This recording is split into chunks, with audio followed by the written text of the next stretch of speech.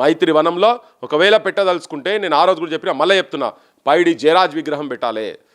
అసలు cinema industry ఆంధ్రాకెళ్ళి ఇక్కడికి వచ్చేటందుకు ప్రధాన భూమిక ఆయన పోషించిండు. ఆయన మొత్తం దేశంలోనే ఒక వెలుగు వెలిగిండు. బాలీవుడ్ స్టార్ ఆయనే. తనదన పెట్టాలి. లేదు ప్రభాకర్ రెడ్డి గారిది పెట్టాలి. ప్రభాకర్ రెడ్డి గారు అయితే మద్రాస్కి వెళ్ళి ఇక్కడ ఇండస్ట్రీ ఇక్కడ షిఫ్ట్ అయ్యేటప్పుడు 10-12 ఎకరాలు ఆయన సొంత భూమి ఇచ్చిండు.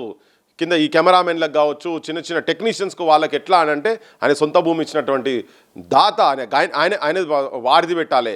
కాంతారావు గారు ఉన్నారు, అటువంటి వాళ్ళు ఉన్నారు. అంటే తెలంగాణ నుంచి సినిమాలో ఎవరు లేరు అన్నట్టుగానే చేస్తున్నాడు. సి నారాయణ రెడ్డి విగ్రహం పెట్టండి.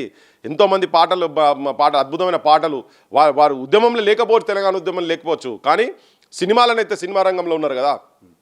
ఇట్లా నువ్వు కొన్ని వేల గంటలు అభినయం చేసినటువంటి ఈవెన్ ఎన్టీ రామారావే నేను చాలా గౌరవిస్తా, నేను ఆయన అభిమానిని చెప్పి ఎన్టీ రామారావే, ఆయన ఎవరో కాదు సుక్క సత్తయ్య గారు. అటువంటి వాళ్ళ విగ్రహం పెట్టండి. మిద్ద రాములు గారి విగ్రహం పెట్టండి.